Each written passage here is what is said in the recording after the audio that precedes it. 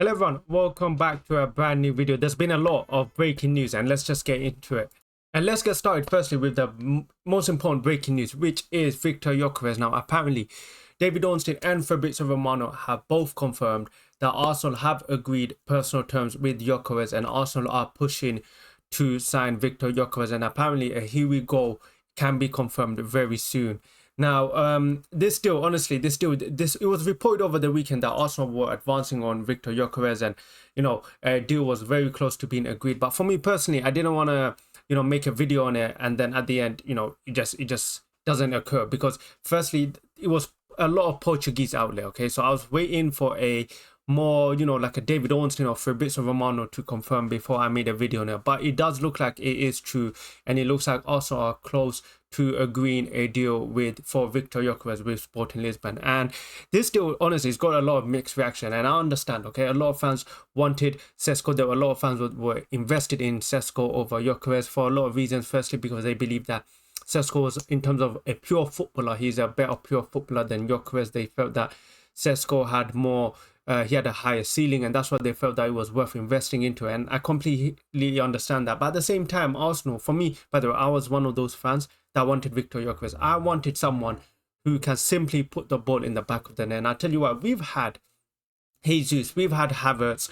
We need, and these are two quite similar players where they're not the traditional number nines. They have different aspects to the game. Havertz, he's not even a number nine. He is like he's a more traditional 4-4-2 type of shadow striker. Okay, with Jesus, we already know he's not a number nine as well. So I think a lot of season, I mean, we've been talking about every season since Arteta's gotten here. We need a striker. We need a striker. If only we had a striker to finish the chances. So I think it was clear that Arsenal just needed a clear number nine, and that's why for me Viktor Gyökeres is probably the best option because of the fact that he's a pure goal scorer, and that's what we need. We just need someone that can put the ball in the back of the net. I don't even care about link up play or how quickly you can turn on the half turn. I literally don't care. I just want someone to put the ball in the back of the net. Now the ones that did want Šeško, it's not even Arsenal's fault. Now the reports are that apparently RB Leipzig they were holding out for 90 million euros or something crazy like that, and at the current stage we are at, it simply makes no sense, especially when there's alternatives in the transfer market in Gyokeres. If there was no Gyokeres and it was only Šeško, then understand paying the 90 million euros. But it looks like Arsenal and Arteta are clearly on this train on trying to get a striker wrapped up as quick as possible, and RB Leipzig was simply not negotiating. It was simply pay the transfer fee we demand, which is 90 million, or move off. And unfortunately, it does look like we are going to end up signing Gyökeres, but it's not 100% confirmed. Apparently Ben Jacobs, not Ben Jacobs, I forgot, there was another journalist that said that as of now, as of Sunday afternoon, Arsenal still have not dropped their full interest in Šeško. So it does look like even though we are progressing on Gyökeres, there is still a chance we could end up signing Šeško. Well, not a chance, but they also still have their interest in signing Šeško. So all those Šeško fans who are quite upset when I was signing Gyökeres, well, the good news is it's not fully done. Arsenal can still be, it looks like the interest in Šeško is still there. So all those fans, Šeško fans, don't be too upset with signing Gyökeres because of the fact that firstly, there's still a slim chance we can still sign Šeško. So, but yeah, I guess we'll have to wait, which is quite confusing because I know RB Leipzig, it's been reported that because of no Champions League football, they're in serious financial trouble. So I don't know, maybe if Šeško doesn't go now, clearly the damage, it looks like it's done with Arsenal. It looks like Arsenal are just going to move on from Šeško. But it could be a deal that gets done near the later stages of the transfer window, because there's still a lot of clubs that are looking for a striker. Manchester United are still looking for a striker. Liverpool have been linked with a striker. So he could go to either of those teams. So even though Šeško may be done with Arsenal, keep an eye out on it, because I do believe he will still be leaving Leipzig, and maybe near the end of the window Leipzig might lower the demand and he could end up at a different club. But for now, it does look like Viktor Gyökeres could be the next Arsenal striker, and for me, I'm excited by it. I really am excited by it. This is a player that's been forcing a move. He had, he went on a strike. It was clear that he was done with Lisbon, and he pushed this move to Arsenal, and I'm happy for it. Like, I mean, we want players that want to play for the club. I don't want to be chasing players like we've done in the previous time with Nico Williams, Isaac, players that who are not too keen on moving from their, from the current club. No, you want players that want to play for your club. And Šeško, I don't think Šeško was that open to moving. He didn't push for the move that much compared to Gyokeres. We literally went on strike. So, and Gyokeres, man, he is the perfect player for us right now. He is prime. He's 27 years old and he is ready. Mentally, he looks ready. He looks like he wants to take that next big step. And he is a type of striker that can take us to win the Premier League. He is, when you talk about upgrading your 11, that is what you call an upgrade. So yeah, for me, I'm very happy about this transfer. I think this is honestly what we've been lacking at for so many years, for so many seasons. We've been lacking at for 2 seasons in a row. We've been lacking a transfer like this, and finally we got our striker. Hopefully we got our striker. I don't want to jinx it too early, but hopefully we got a striker. Let's see what happens. Now, the next update is in regards to Noni Madueke. Now, Fabrizio Romano, yesterday I made a video on it saying that the report, it looked like apparently also are close to agreeing personal terms, or will also have agreed personal terms. And now the news keeps getting worse. Now apparently also are about to send the first bid for Noni Madueke, and I'm hoping this is a nightmare. I'm hoping this is a dream that I can just wake up from, and Arsenal were never linked with Noni Madueke. But it looks like Arsenal, Fabrizio Romano said that Arsenal could end up sending the first bid for Noni Madueke. And the bids, oh my god, the rumored bids are crazy. Like, apparently Chelsea are not going to accept anything less than £50 million. And if Arsenal have any brain about themselves, they do not go bid 50 million, because 50 million is a scandal for Noni Madueke, considering there's Reece Nelson still there. Reece Nelson, I've said in my last feed, I believe, yeah, if you give Reece Nelson the same amount of game time you give to Noni Madueke, Reece Nelson is just as good as him. I'm promising you, Reece Nelson is just as good for him. £50 million on a backup right winger when you have so many areas still to address. You still want to try and sign Eze, you still want to try sign Rodrigo, and you want to spend £50 million.